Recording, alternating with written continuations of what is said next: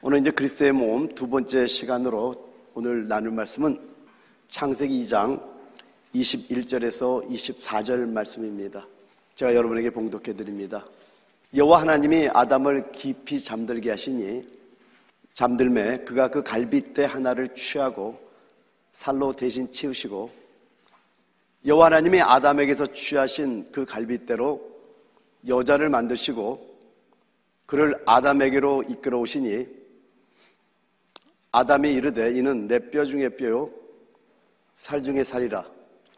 이것을 남자에게서 취하였은즉 여자라 부리려 하니라. 이러므로 남자가 부모를 떠나 그의 아내와 합하여 둘이 한 몸을 이룰지로다. 아멘. 지난 시간에는 여러분 그 에베소서를 통해서 하나님의 영원전 관점에 대해서 우리가 나눴던 겁니다.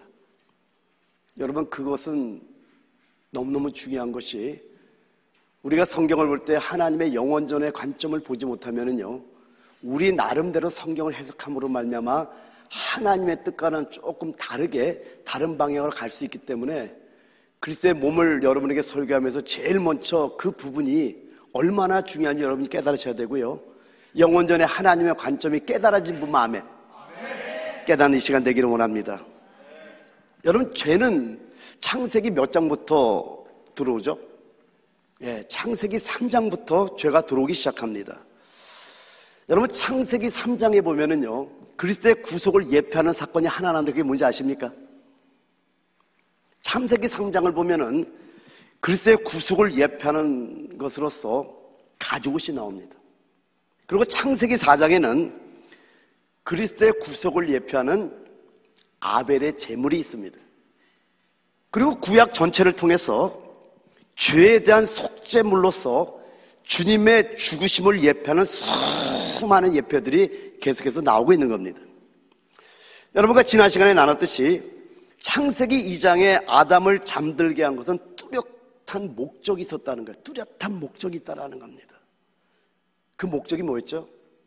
하와의 죄 때문이었는가요? 아니라는 겁니다. 하와의 죄 때문이 아니라 하와의 존재를 위한 것이었다는 겁니다. 여러분 창세기 2장 우리가 읽었던 본문 말씀 21절부터 24절의 이 그림은 성경의 끝인 요한계시록 22장까지 관통하는 하나님의 놀라운 비밀을 우리에게 알려주고 있는 겁니다. 여러분 그 비밀이 뭔지 아십니까? 하나님은 신부를 원한다라는 거예요. 여러분 이걸 알게 되면은 창세기 2장에 아담과 하와를 창조할 때 어린 아담과 하와를 창조한 것이 아니라 장성한 아담과 하와를 창조한 그 의미를 여러분은 알 수 있는 거예요. 하나님은 전매 같은 어린애들을 원하는 것이 아니라 영적으로 장성해서 그리스도가 신부가 될 수 있는 교회를 원한다는 걸 여러분 깨달으시기 바랍니다. 옆에 봉화에서 우리 장성합시다. 그리스도의 신부가 될 때까지 살아갑시다. 창세기 2장 21절 22절을 보게 되면은요 여호와 하나님이 아담을 깊이 잠들게 하시니 잠들매 그가 그 갈빗대 하나를 취하고 살로 대신 채우시고 여호와 하나님이 아담에게서 취하신 그 갈빗대로 여자를 만드시고 그를 아담에게로 이끌어 오시니라고 말씀합니다. 여기 깊이 잠들었다는 것은요 주님의 죽으심의 면을 예표하고 있지만은 우리의 죄 때문에 죽으시는 면을 강조하는 것이 아니라는 겁니다. 여러분 여기서 우리가 오해하지 말 것은 우리 예수님께서 속죄 목적을 위해서 죽으시지 않은 것은 분명히 아니라는 겁니다. 다시 한번 얘기할게요. 여러분 이렇게 창세기 2장에 아담이 깊이 잠들었다는 것이 주님의 죽으심의 면을 예표하고 있지만은 우리의 죄 때문에 죽으신 면을 강조하는 게 아니라고 할 때 오해하지 말아야 될 것은 그러면은 예수님께서 속죄의 목적을 위해서 죽으시지 않은 건가? 그건 분명히 아니라는 걸 또 아셔야 된다는 겁니다. 성경에서 분명히 우리 주님께서 우리의 죄악을 담당하기 위해서 죽으셨다는 말씀들이 있습니다. 몇 군데를 보여드릴게요. 먼저는 히브리서 9장 12절에 말씀하기를 염소와 송아지의 피로 하지 아니하고 오직 자기의 피로 영원한 속죄를 이루사 단번에 성소에 들어가셨느니라. 속죄의 목적을 위해서 죽으셨다니까요. 또 디도서 2장 14절에도 말씀하기를 그가 우리를 대신하여 자신을 주심은 모든 불법에서 우리를 속량하시고 우리를 깨끗하게 하사 선한 일을 열심히 하는 자기 백성이 되게 하려 하심이라 라고 말씀합니다. 또 베드로전서 1장 18절 19절에도 말씀하기를 너희가 알거니와 너희 조상이 물려준 헛된 행실에서 대속함을 받은 것은 은이나 금같이 없어질 것으로 된 것이 아니요 오직 흠없고 점없는 어린 양 같은 그리스도의 보배로운 피로 된 것이니라 라고 말씀합니다. 그러나 제가 여러분에게 말씀하는 것은요, 아담이 잠든 것이 죄 때문에 잠든 것이 아니라는 겁니다. 여러분, 오늘 우리는 창세기 2장에 있지 않고 에베소 5장에 있다는 사실 여러분 기억하시기 바랍니다. 티나 주름 잡힌 것이 있는, 즉 타락의 상처가 있는 에베소 5장에 있다는 사실을 기억해야 된다는 겁니다. 근데 여러분, 에베소서는요, 인류의 타락 이후에 그 타락의 영향으로 고통을 받던 사람들에게 쓰여진 성경이 에베소서라는 겁니다. 그래서 에베소서 안에는요, 창조의 목적뿐만이 아니라 타락의 상처가 이미 기록되어 있는 겁니다. 에베소 5장 27절에 말씀하기를 자기 앞에 영광스러운 교회로 세우사 티나 주름 잡힌 것이나 이런 것들이 없이 거룩하고 흠이 없게 하려 하심이라. 그럼 여기서 창조의 목적이 뭐예요? 두 가지가 나오는데 여기 창조의 목적이 뭐죠? 첫 번째는 뭡니까? 영광스러운 교회가 나옵니다. 여러분, 하나님의 창조의 목적은 우리 교회를 영광스러운 교회로 만들기로 창조했던 겁니다. 또 한 가지 뭐가 나오죠? 거룩하고 흠이 없게 하심이라. 거룩하고 흠이 없는 교회를 목적했던 거예요. 그러니까 하나님이 원체 원했던 교회의 목적은 뭐냐? 창조의 목적은 뭐냐? 영광스러운 교회를 만들기를 원했던 거예요. 그리고 거룩하고 흠이 없는 교회를 만들기로 하나님은 목적했던 겁니다. 그런데 여기에 또 한 가지 우리 문장을 보게 되면은 티나 주름 잡힌 것이나, 즉 뭐예요? 타락한 상처가 있다라는 겁니다. 따라서 타락한 상처가 있기 때문에 우리에게 구속이 필요한 거예요. 그래서 에베소 안에서도 에베소 1장 7절에 말씀하기를 우리는 그리스도 안에서 그의 은혜의 풍성함을 따라 그의 피로 말미암아 속량 곧 죄사함을 받았느니라 라고 말씀하고 있다라는 겁니다. 사도 바울이 강조하는 것은요, 우리가 마치 구속함을 받기 위해 창조된 것처럼 구속이 전부라고 생각하지 말라라는 겁니다. 여러분, 성경은요, 성령의 감동하심을 입은 사람들이 하나님께 받아 말한 걸 성경이 믿습니까? 제가 어느 날 하나님 성경을 읽다가요, 사도행전 9장에 너무나 큰 은혜를 받았던 적이 있습니다. 여러분, 지금 사도 바울은 살기가 등등해서 다메섹 도상에 예수의 이름을 부른 자들을 결박해서 예루살렘 공회를 끌고 오라고 살기 등등해서 가고 있었어요. 근데 다메섹에 가까이 왔을 때 다메섹 도상에서 하늘에서 빛이 내려오면서, 여러분, 세 문장밖에 없습니다. 사울아 사울아 네가 어찌하여 나를 핍박하느냐. 사울의 질문이 있습니다. 주여 니시오니까? 그랬더니 거기서 나오는 답이 뭡니까? 나는 네가 핍박하는 예수다. 여러분, 근데 이 빛을 통해서 사도 바울의 눈이 가려지고 바로 이어서 3일 동안을 금식에 들어갔다가 여러분 아십니까? 물도 먹지 않고 밥도 먹지 않고 저녁 기도에 들어간 이유가 뭔지를 여러분 아셔야 된다는 겁니다. 근데 오늘 하나님께서 이걸 열어줬던 적이 있었어요. 여러분, 어릴 때 어머니와 함께 이산가족 상봉하는 그 TV를 보면서 어머니랑 같이 많이 울었던 기억이 납니다. 근데 거기서 신기한 건 뭐냐면 동생과 누나가 만나는데 3마디 이상 하는 분을 본 적이 없어요. 2마디도 없어요. 누구야? 그러면 누나. 그리고 얼굴 꼬집고 너 정말 누구 맞니? 더 이상의 얘기가 없더라고요. 그럼 여러분 봐요. 지금 이산가족 할 때 사람들이 상봉할 때 누구야 누구야고 서로 이름도 한마디만 부르고 서로 끌어안지만은 과거에 어릴 때부터 누님과 동생의 사이에 있었던 그런 사건들이 주마등처럼 지나갈까 안 지나갈까요? 지나간다라는 거예요. 여러분, 이거와 마찬가지로 사도 바울은 가말리엘의 수지자로서 구약을 능통했던 자고 바리새인 중에 바리새인이고 성경을 정말 하나님의 뜻을 찾았던 자입니다. 단지 하나 깨닫지 못해서 예수의 이름을 부른 자를 결박하러 가다가 하늘에서 빛이 오면서 이 대낮의 빛보다 더 강한 빛을 받으면서 그 빛은 하나님의 계시였던 거예요. 그래서 뭔지 모르는 구약의 지까지 연구했던 하나님의 진리가 열리면서 하나님께 기도 들어갈 수밖에 없었던 겁니다. 그러면서 썼던 성경이 로마서를 쓰고요, 에베소를 쓰고요. 여러분, 로마서의 저자도 사도 바울이고 에베소의 저자도 사도 바울이면 여러분 잊어서는 안 된다라는 겁니다. 거기서 강조한 게 뭡니까? 그때 하나님께 뭔가를 받은 거예요. 우리가 구속받은 것이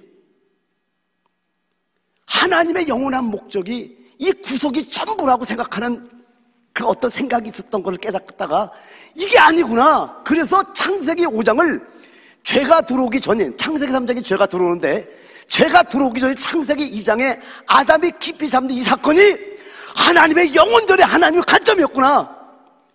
이거를 에베소 5장에 쓰는 그것이 왜 이렇게 썼게 됐냐? 하나님의 계시의 빛이 왔기 때문에 썼다라는 겁니다. 그럼 이 계시의 빛이 여러분에게 비친다면은요, 오늘 여러분도 이 계시를 깨닫는 축복기를 했으면 축원드립니다. 여러분, 창세기 2장에 보면은 하나님께서 아담을 깊이 잠들게 하셨다라는 거예요. 근데 여기서 우리가 한 가지 알아야 되는 게 뭐냐면 성도들의 죽음은요, 잠든다고 기록하지 죽는다고 기록하지 않는다는 거 여러분 아십니까? 이유가 있다라는 겁니다. 그래서 몇 군데만 보여드릴게요. 요한복음 11장 하면 부활장이죠, 그죠? 나사로의 죽음을 말씀하는데 11장 11절에 이 말씀을 하신 후에 또 이르시되 우리 친구 나사로가 잠들었도다. 그러나 내가 깨우러 가노라 했더니 12절에 그럼 깨우면 되겠냐고 갔는데 13절에 예수는 그의 죽음을 가리켜 말씀하신 것이나 그들은 잠들어 쉬는 것을 가리켜 말씀하신 줄을 생각하는지라. 잠든다고 표현하고 있다는 겁니다. 고린도서 11장 30절에도 말씀하기를 그러므로 너희 중에 약한 자와 병든 자가 많고 잠자는 자도 적지 아니. 죽은 자를 잠잔다고 합니다. 성도의 죽음은, 성도님들의 죽음은 이렇게 잠잔다고 표현하고 있다는 겁니다. 한 군데만 더 볼게요. 고린도서 15장 6절에 말씀하기를 그 후에 500여 형제에게 일시에 보이셨나니 그 중에 지금까지 대다수는 살아있고 어떤 사람은 잠들었으며. 왜 그럴까요? 여러분, 죽음이 언급되는 때는요, 언제나 그 배후에 죄가 있기 때문에 그렇습니다. 창세기 3장에서 죄가 세상에 들어오고요, 또 죄로 말미암아 죽음이 왔다라는 겁니다. 그런데 아담의 잠은 창세기 3장 이전에 있었던 일이라고 여러분 기억하셔야 된다는 겁니다. 그래서 여기 있는 주 예수님의 상징은 다른 상징들과 동일하지 않은 거예요. 여러분, 죄와 속죄에 관련되었을 때는요, 양이나 소가 죽임을 당합니다. 그런데 창세기 2장 21절에서는요, 아담이 죽임을 당하지 않았다라는 거예요. 오히려 다시 깨기 위해서 잠들었던 것뿐이라고 여러분 깨달으시기 바랍니다. 그래서 아담이 잠든 것은요, 죄로 말미암은 죽음이 아니라 여기 고린도서 15장 20절 다 같이 한번 읽어볼까요? 시작. 그러나 이제 그리스도께서 죽은 자 가운데서 다시 살아나사 잠자는 자들의 첫 열매가 되셨다. 여기 말씀하잖아요. 그러니까 아담이 잠든 것은 죄로 말미암은 죽음이 아니라 부활로 인해서 늘어날 많은 열매들을 전제한 죽음을 예표하고 있다는 사실을 여러분 깨달으시기 바랍니다. 그 고린도서 15장에서 다시 한번 읽습니다. 시작. 그러나 이제 그리스도께서 죽은 자 가운데서 다시 살아나사 잠자는 자들의 첫 열매가 되셨다. 할렐루야. 또 한 가지요. 이 또 한 가지 중요한 사실은 하와가 만들어진 것이 다른 동물들처럼 각기 종류대로 창조된 것이 아니라 아담으로부터 창조됐다는 겁니다. 이게 바로 하나님께서 교회를 세우실 때 사용하신 방법이었다는 거예요. 고린도서 15장 47절에 말씀하기를요, 첫사람은 땅에서 났으니 흙에 속한 자이거니와 둘째 사람은 하늘에서 나셨느니라. 여러분, 둘째 사람은 누구죠? 예수님입니다. 하나님의 둘째 사람인 예수 그리스도는 그의 잠에서 깨어났고요. 또 그의 교회는 둘째 사람, 즉 그리스도 예수 안에서 그리고 그리스도 예수의 생명으로 거듭나서 그의 부활의 생명을 나타내고 있다는 겁니다. 여러분, 우리 워싱턴 배단유교회는요, 반드시 그리스도의 부활 생명으로 태어난 자들이기 때문에 부활 생명을 나타내는 여러분들에게서 축원드립니다. 여러분, 하나님께는요 독생자 한 분이 계셨는데 그분을 예수 그리스도라고 말씀합니다. 근데 이 아들이 독생자의 자리에서 맏아들이 됐다라는 거예요. 여기 새로 오신 분들에게 한번 질문합니다. 우리 예수께서는 언제까지 독생자고 언제부터 맏아들이 됐을까요?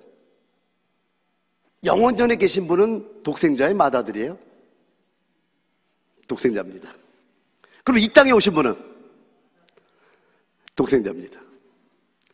그럼 죽으신 분은 독생자입니다. 죽고 부활함으로 말미암아 맏아들이 되신 거예요. 요한복음 12장 24절에 말씀하기를 내가 진실로 진실로 너에게 이르노니 한 알의 밀이 땅에 떨어져 죽지 아니하면 한 알 그대로 있고 죽으면 많은 열매를 맺느니라. 여러분, 죽기 전에 이 첫 열매는 유일한 열매였던 겁니다. 이제 죽고 부활하심으로 그 첫 열매는 많은 열매들 중에 첫 열매가 됐다라는 거예요. 그래서 예수님께서는요 자신의 생명을 우리를 위해 주셨고 그 생명은 많은 생명들로 나타났다라는 겁니다. 그리스도께서 교회를 사랑하사 그를 위하여 자신을 주셨다라는 겁니다. 그래서 에베소 5장 25절에 남편들아 아내를 사랑하기를 그리스도께서 그 교회를 위하여 자신을 주심같이 하라고 말씀하잖아요. 여러분, 이 말은 뭡니까? 우리 남자와 여자, 남편과 아내의 이 생활은 그리스도와 교회에 대한 비밀이 숨겨져 있다는 거예요. 오늘 이 말씀을 깨닫습니다. 정말 이 말씀을 깨달으니까 내 아내가 얼마나 고귀한지를 깨달았던 거예요. 남녀의 결혼은 그냥 남녀가 사랑하고 그냥 생육하고 번성하려고 끝나는 게 아니에요. 반드시 여러분 결혼 생활에서 그리스도와 교회에 대한 비밀을 깨달아가는 축복이 있기를 축원드립니다. 여러분, 그런 비밀을 깨달으면요 정말 결혼 생활이 행복해요. 봐요. 왜 남편과 아내에 대한 얘기를 하는 것 같으면서 이 비밀이 크도다. 내가 그리스도와 교회에 대해서 말한다 그러면은 여러분의 결혼 생활이 그냥 결혼 생활로 끝나서는 안 되고 우리의 결혼 생활을 통해서 그리스도와 교회에 대한 비밀을 깨닫는 축복이 있을지어다. 할렐루야! 제가 지난번에 얘기했던 이제 로마서로 들어갔어요. 로마서의 구성을 좀 살펴보도록 할게요. 여러분, 다시 한번 얘기하지만은 로마서의 저자도 바울이고 에베소의 저자도 바울이라는 건 잊어서는 안 돼요. 그러니까 제가 너무나 놀라운 게 뭐냐면 성경을 다 그런 관점에서 보는 게 제가 바울이 로마서를 씁니다. 고린도전서를 씁니다. 고린도후서를 씁니다. 갈라디아서를 씁니다. 에베소를 씁니다. 빌립보서를 씁니다. 고린도서를 씁니다. 근데 전부 다 이거 하나하나 봤더니 와, 그냥 쓰는 게 아니라는 거예요. 성령의 감동을 입고 하나님께 받아 말하지 않으면은 이렇게 성경을 쓸 수 없다는 걸 알게 되는 거예요. 그러니까 여러분, 이 로마서의 관점을 여러분이 반드시 알아야 되는 이유가 있다는 겁니다. 몇 가지만 여러분 말씀드릴게요. 여러분, 로마서는요 죄인의 모습으로부터 점점 발전해 가는데 어디로 발전해 가는가 봤더니 그리스도의 사랑으로 발전해 가는 걸 보여줍니다.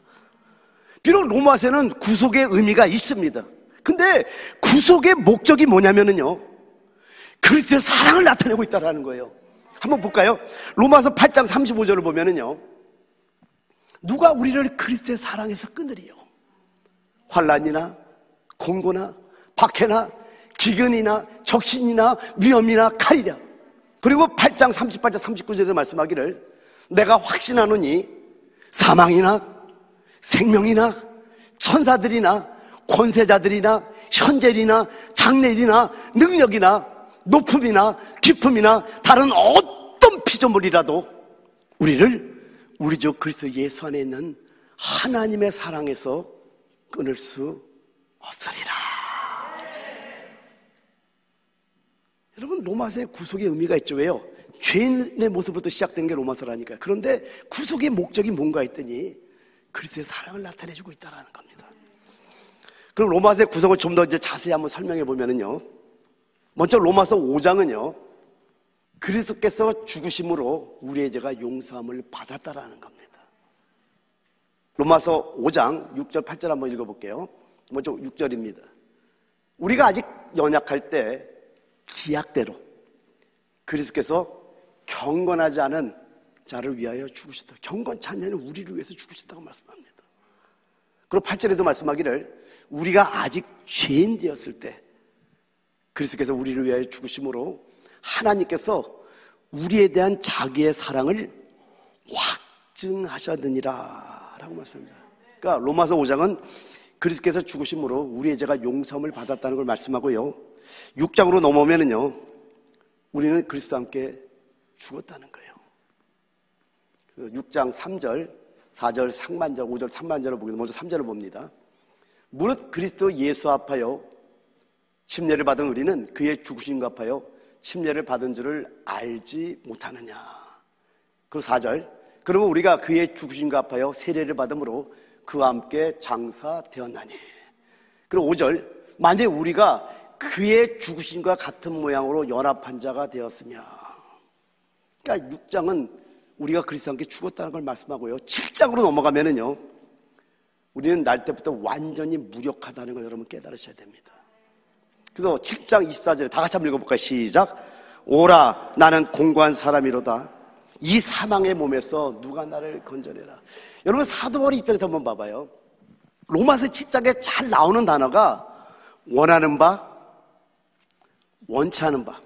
여러분, 이 질문을 한번 해볼게요.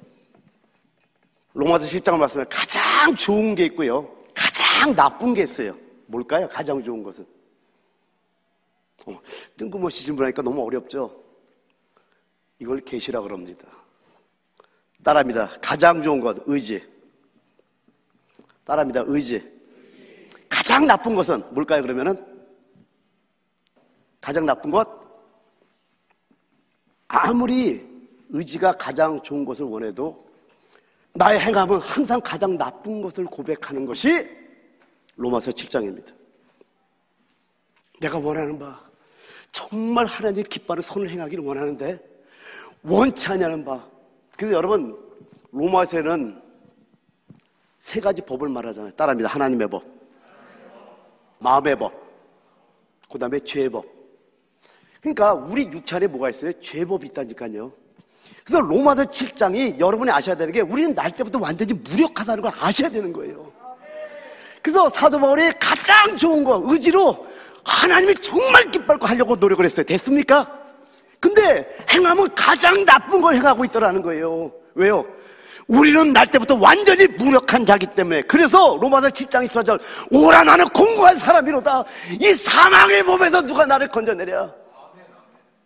이왕 얘기했으니까 조금 하나만 더 얘기합시다. 아침에 우리 진리공과 교육할 때는 말씀드렸는데, 로마서 6장 6절에는 죄의 몸이 나오고요, 로마서 7장 24절에는 사망의 몸이 나옵니다. 여러분, 죄의 몸이 어떤 거냐면 이런 겁니다. 여러분이 죄를 지려고 하면은요, 죄의 몸은 왕성하게 활동합니다. 여러분, 주저없이 막 달려가게 만들어. 이게 죄의 몸이에요. 막 힘이 으쌰으쌰 엄청납니다. 근데 사망의 몸은 뭡니까? 금요 예배가 있습니다. 주일 예배가 있습니다. 또 주일날도 여러분 예배 10분 전에 여러분 와달라고 부탁을 하잖아요, 제가요. 여러 가지 여러분에게 말씀합니다. 근데 내가 주일까지 예배 나오는데, 지난주에 너무 피곤했어. 잠도 못 자고 일도 많이 하고. 그러니까 금요 예배는 좀 쉬어야 될 것 같아. 이게 사망의 몸입니다. 여러분에게 그럴듯한 변명을 주는 게 사망의 몸. 그러니까 영적인 일을 하려면 힘을 싹 빼고요, 오히려 피곤하게 만드는 게 사망의 몸이라는 겁니다.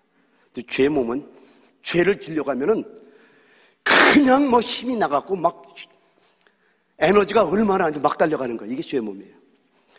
그래서 여러분, 우리 믿음의 사람들은 조심해야 되는 게 뭐냐면은, 내가 정말 일반적인 생활 속에서 하나님과 교통하는 삶을 살지 않으면요, 이 죄의 몸과 사망이 여러분을 덮어버립니다.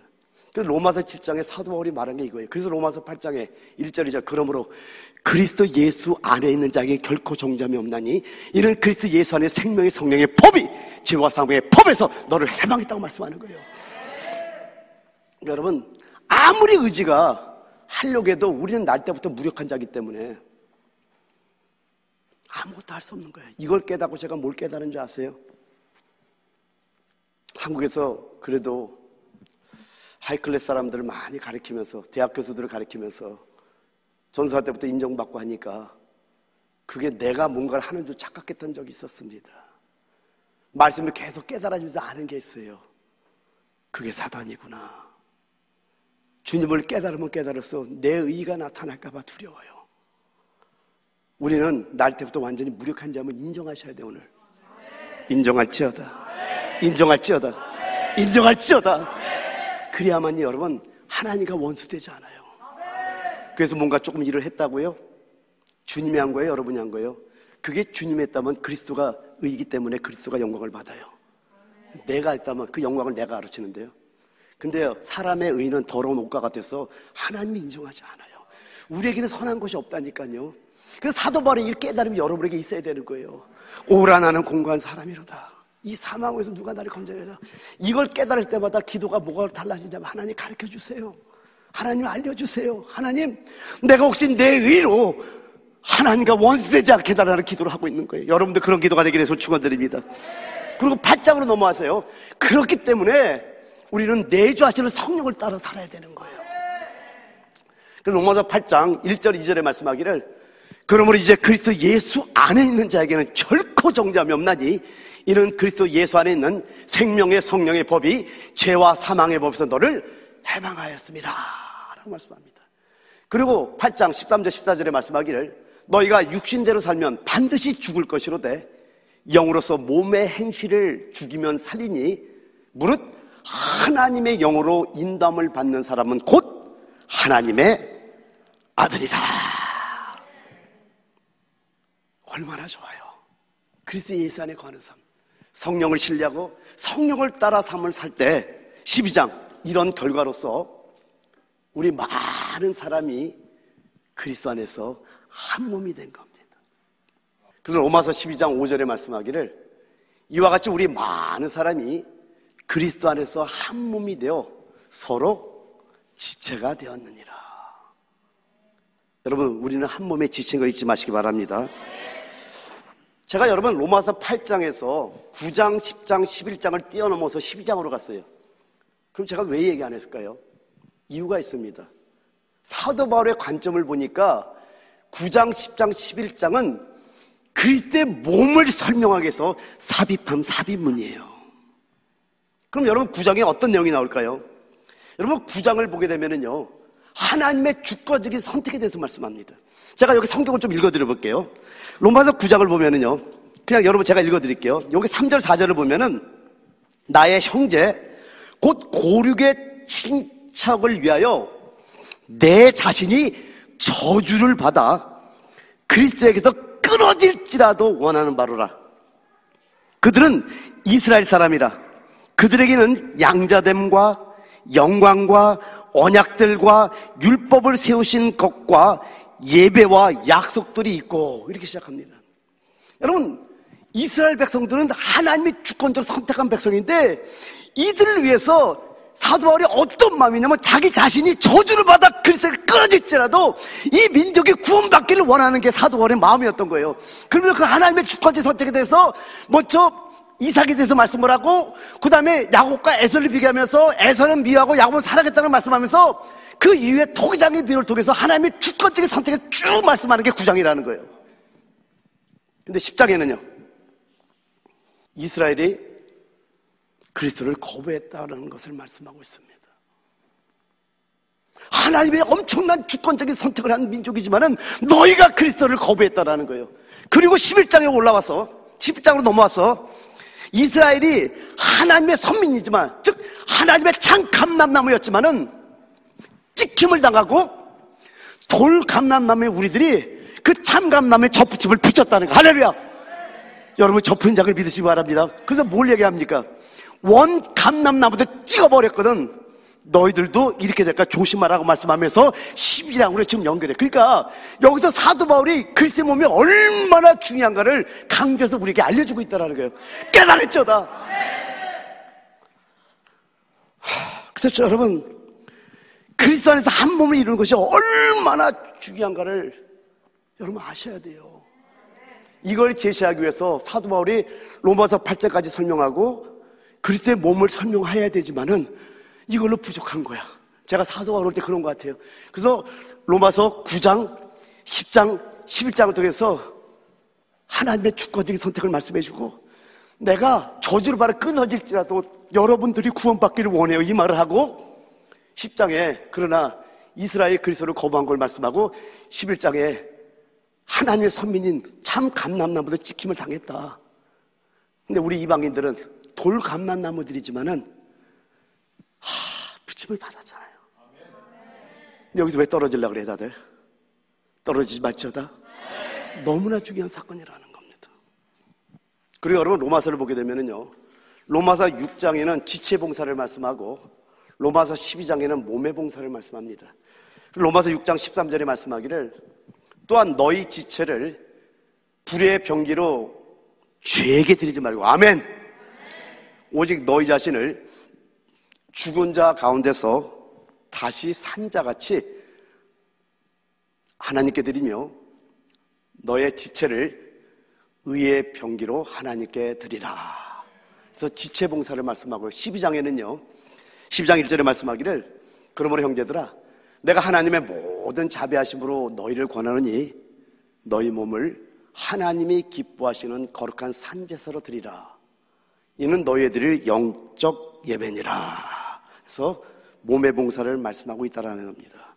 그리고 로마서 8장 29절에 말씀하기를, 하나님이 미리 아신 자들로 또한 그 아들의 형상을 본받게 하기 위하여 미리 정하셨으니 이는 그로 많은 형제 중에서 맏아들이 되게 하려 하심이니라. 이 말은 무슨 말입니까? 우리가 주님의 형제들이 되었다는 말이에요. 그 형제들이 된 우리들에게 말씀하는 것이 바로 로마서 12장 1절의 몸의 봉사입니다. 한번 같이 한번 읽어볼까요? 시작. 그러므로 형제들아, 내가 하나님의 모든 자비하심으로 너희를 권하노니 너희 몸을 하나님이 기뻐하시는 거룩한 산 제사라 드리라. 이는 너희에 드릴 영적 예배니라. 이제 결론적인 말씀을 드립니다. 예수 그리스도께서 이 시대에 주님 자신을 나타내시는 그릇은 개인이 아니라 몸입니다. 여기에서 여러분 철저하게 말씀을 풀어나갈 겁니다. 하나님께서는요, 각 사람에게 믿음의 분량을 나눠주셨어요. 로마서 12장 3절에 말씀하기를, 내게 주신 은혜로 말미암아 너희 각 사람에게 말하노니 마땅히 생각할 그 이상의 생각을 품지 말고 오직 하나님께서 각 사람에게 나누어 주신 믿음의 분량대로 지혜롭게 생각하라. 따라서 믿음의 분량대로만 하나님께 봉사하면 되거든요. 여러분, 한 가지만 말씀하고 오늘 찬양하고 기도를 하기를 원하는데요, 여러분 몸에 지친 거 믿으면 아멘 합시다. 믿음의 분량대로 하면 너무너무 쉬워요. 그런데 여러분, 지체는요 세우는 것이 아닙니다. 그럼 뭘까요? 지체는 있는 거예요. 앞으로 쭉 말씀해 나갈게요. 손을 눈으로 세울 수 있어요? 눈을 귀로 세울 수 있습니까? 그런데 여러분, 손이 몸과 연합해서 교통하면 눈을 통해서 볼 수 있어요. 귀를 통해서 들을 수 있어. 근데 교회에서 문제가 일어나는 이유들을 봤더니, 내가 볼 때 이분은 발의 은사야. 근데 자꾸만 눈을 세워달래. 깨달은 분만 아멘 합시다. 또 한 가지요. 같은 눈이라도 훈련을 받은 눈과 퇴색하는 눈은 차이가 있어요. 우리나라에서 눈은 2.0이 제일 좋다 그래요. 근데 몽고에 가면 2.0은 소경 같은 눈이에요. 4.0이 넘어요. 왜요? 멀리 바라보는 훈련을 계속해서 하다 보니까 눈이 밝습니다. 같은 지체라고 해서 훈련받은 지체와 훈련받지 못한 지체는 또 다르게 돼 있어요. 근데 오늘 이 말씀처럼 믿음의 분량대로만 하나님께 봉사하면 되잖아요. 왜 한 달란트 받은 사람이 5달란트 받은 사람을 부러워해요? 그럴 필요 없어요. 저는 제 생각에 저 자신을 적은 달란트를 받았다고 저는 여기지 않았어요. 그러다 보니까 하나님께 책망 들을까봐 잠잘 시간도 부족합니다. 그럼 여러분 한 달란트 받은 사람은 잠을 잘 자도 되는 겁니까? 아니요. 여러분의 분량은 채워야죠. 그래서 중요한 건 뭐냐? 우리가 내 분량대로 최선만 다하면은 하나님이 기뻐하는 교회가 될 줄 믿습니다. 오늘 한번 찬양하고 기도하기를 원하는데요. 이 땅의 황망함을 벗어서 우리 교회가 이 땅을 회복시키는 교회가 되기를 원합니다. 믿음의 기도로 찬양하기를 원합니다.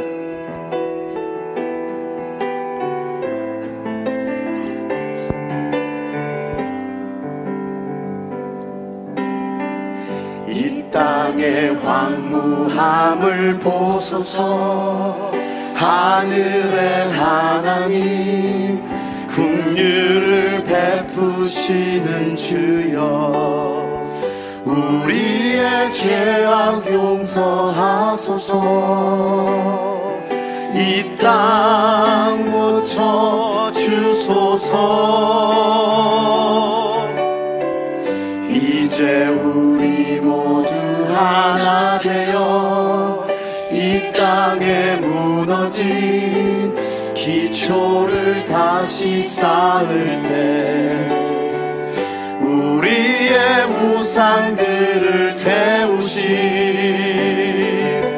성령의 불 임하소서.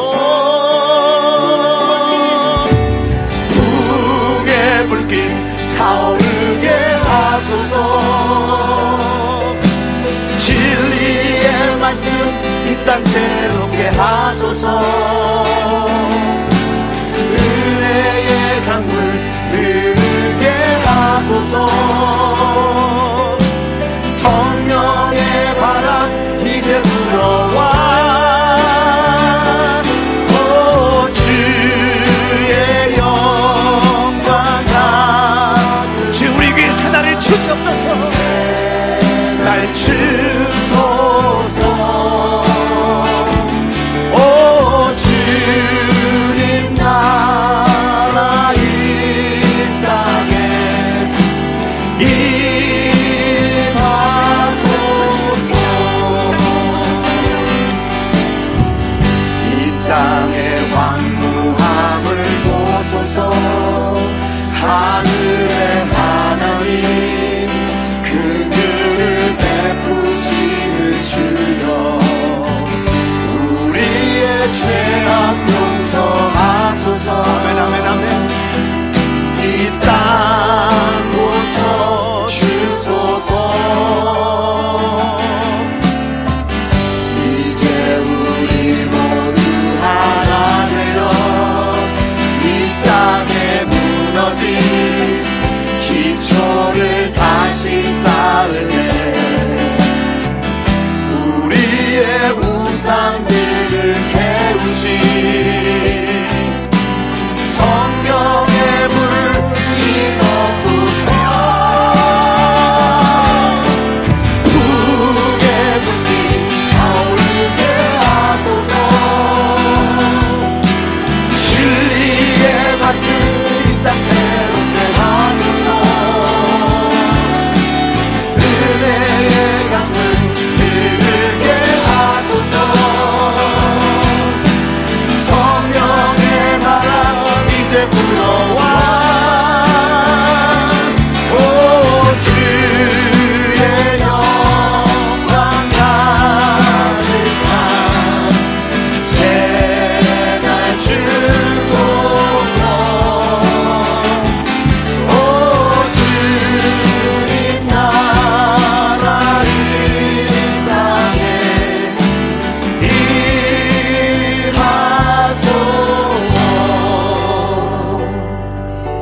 임하소서. 여러분 진리의 말씀이 회복돼야 되는 이유를 좀 아시겠죠?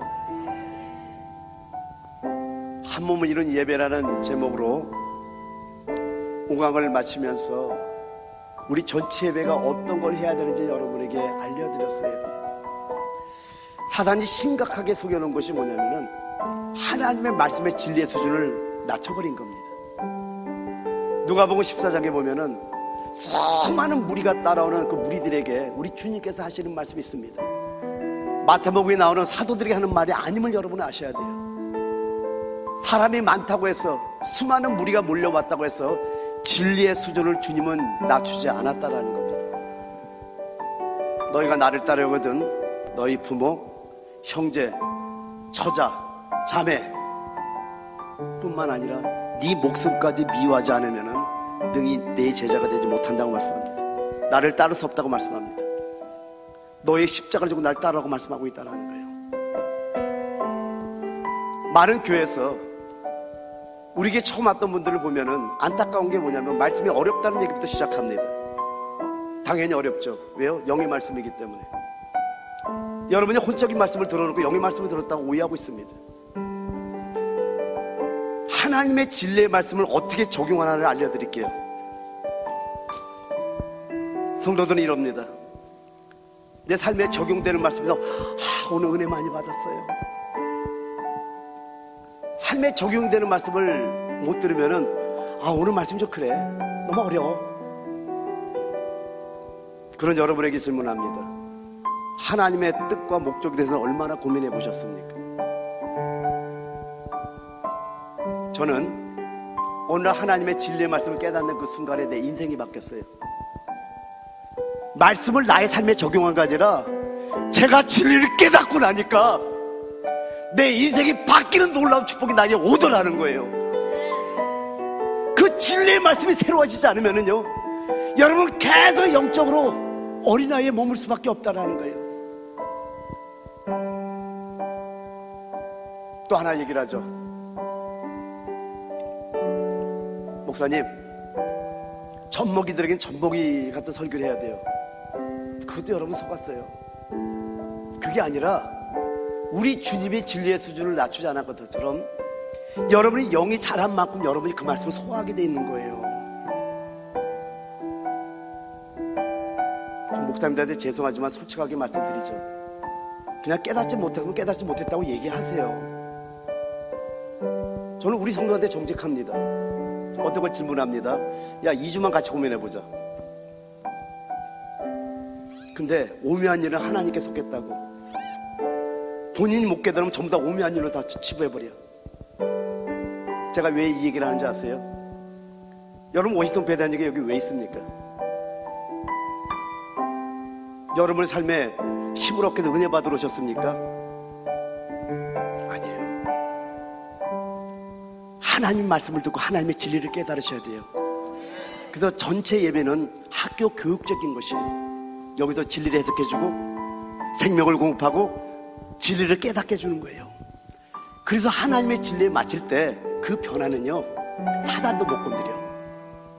여러분의 생활에 적용되는 말씀은 환경이 어려지면 그냥 쓰러진다니까요. 그런데 거꾸로 하나님의 진리가 깨달아지면은 어떤 상황에서 이기는 힘이 생겨. 어떤 말씀을 원하십니까? 그래서 오늘 조장들이 했던 얘기가 제가 기억이 납니다.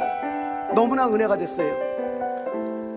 그 말씀은 계속해서 매일 무교병이기 때문에 되새김질에 먹을 때 이 말씀이 더욱더 생명이 됩니다. 믿음 아멘. 이 시간 기도할 때 오늘 이 말씀을 통해서 이제 그리스도의 몸에 대해서 우리가 알아가는데 사단은 이 몸이 뭔지를 보이지 않으려고 난리를 칠 거거든요. 그러나 저는 진리를 밝혀낼 겁니다. 그러면 진리를 밝혀내면 뭐예요? 여러분이 사셔야죠. 그래서 오늘은 주일이지만은 정말 간절한 마음으로 주의 이름을 3번 부르기도 하는데요. 하나님, 진리의 말씀을 깨닫고 그 진리를 이루는 삶, 하나님의 뜻과 목적을 이루는 삶이 되겠습니다. 우리 주의 이름 3번 부르기도 합니다. 기도하겠습니다.